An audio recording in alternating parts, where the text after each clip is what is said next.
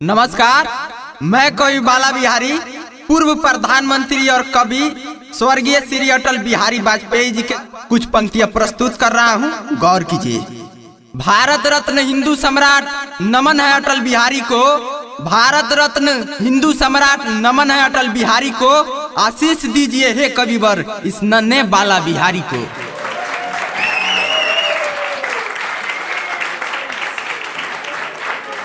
मैं कुछ बातें अटल जी के बारे में आप लोगों को बताना चाहता हूं। वाजपेयी जी देश के ऐसे गैर कांग्रेसी प्रधानमंत्री हैं जिन्होंने 5 साल तक अपना कार्यकाल पूरा करके दिखलाया, और इन 5 सालों में कांग्रेसियों ने अटल जी को सत्ता से हटाने के लिए कोई कोर कसर नहीं छोड़ा था। कारगिल युद्ध, विमान अपहरण जैसा घिनौना कार्य कांग्रेस ने अटल जी के साथ किया था, और ठीक वैसा ही घिनौना कार्य आज मोदी जी के साथ भी कर रहे हैं, और कभी लाल बहादुर शास्त्री के साथ भी ऐसा ही हुआ था।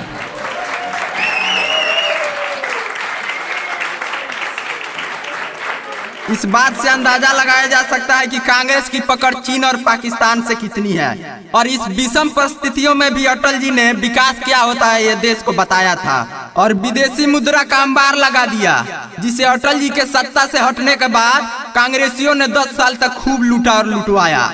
स्वर्णिम चतुर्भुज सड़क परियोजना, प्रधानमंत्री ग्रामीण सड़क योजना, संचार क्रांति, नदियों से नदियों को जोड़ने का प्रयास, 6 साल से 14 साल के बच्चों को मुफ्त शिक्षा, दिल्ली लाहौर बस यात्रा इत्यादि वाजपेयी जी की योजना में शामिल है।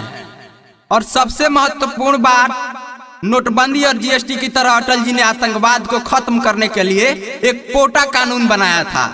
उस पोटा कानून के तहत 2 साल में देश के 32 संगठनों पर पाबंदी लगाई गई थी।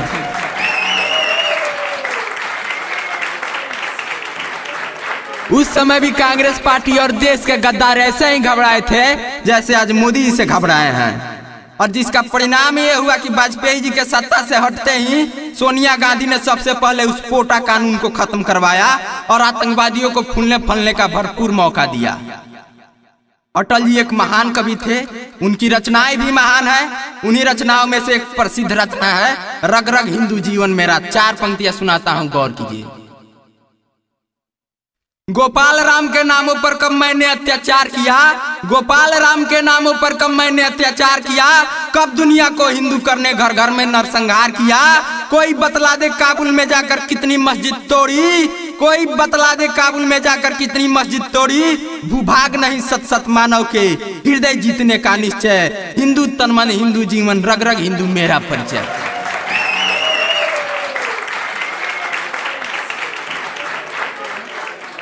इन 4 पंक्तियों से उन महान हिंदू हृदय सम्राट के वेदना का पता चलता है। मैं कवि बाला बिहारी उस महान हिंदू हृदय सम्राट के चरणों में अपनी कुछ पंक्तियां समर्पित करता हूं, गौर कीजिए। किसी देशभक्त से दिल लगा के देखिए, किसी देशभक्त से दिल लगा के देखिए, एक बार उस अटल की जगह खड़ा होकर देखिए। किसमें कितना देशभक्ति है खुद पता चल जाएगा, किसमें कितना देशभक्ति है खुद पता चल जाएगा। आप एक बार किसी देशभक्त के करीब जाके देखिए। विपक्षी 5 साल तक दगाबाजी में रह गए, विपक्षी 5 साल तक दगाबाजी में रह गए, कभी चीन कभी पाकिस्तान के जुगाड़बाजी में रह गए।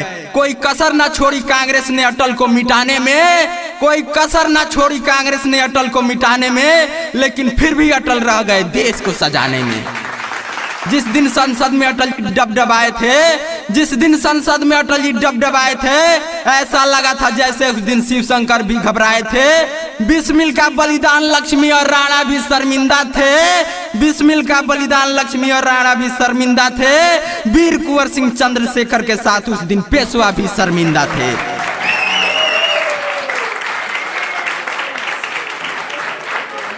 अटल के आंसू छलकाए अविश्वास के डोलने पर, अटल के आंसू छलकाए अविश्वास के डोलने पर, और मुलायम ने घात किया कुछ जयचंदों के बोलने पर।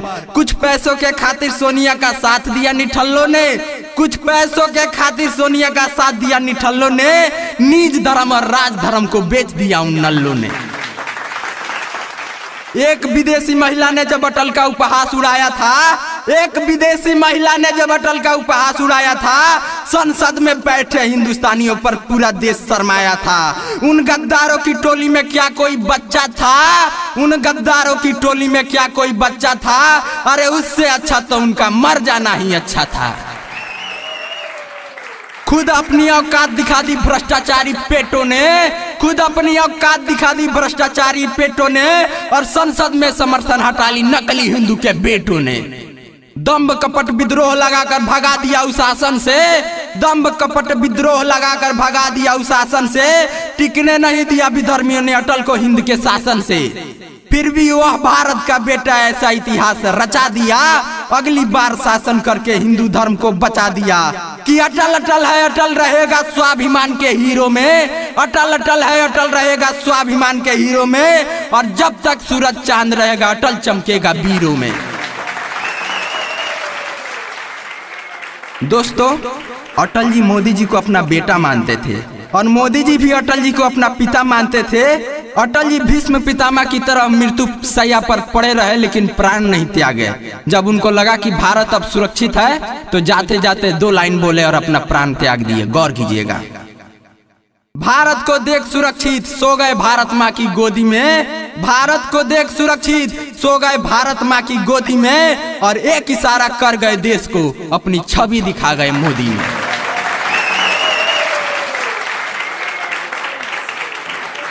जय हिंद, जय भारत। हमारे इस वीडियो को ज्यादा से ज्यादा शेयर करें, लाइक करें, और YouTube पर सर्च करें कवि बाला बिहारी गोपालगंज, और हमारे सभी कविता को सुने और हमारे चैनल को सब्सक्राइब करें, और साथ ही बेल आइकन को भी जरूर दबाएं। जय हिंद, जय भारत।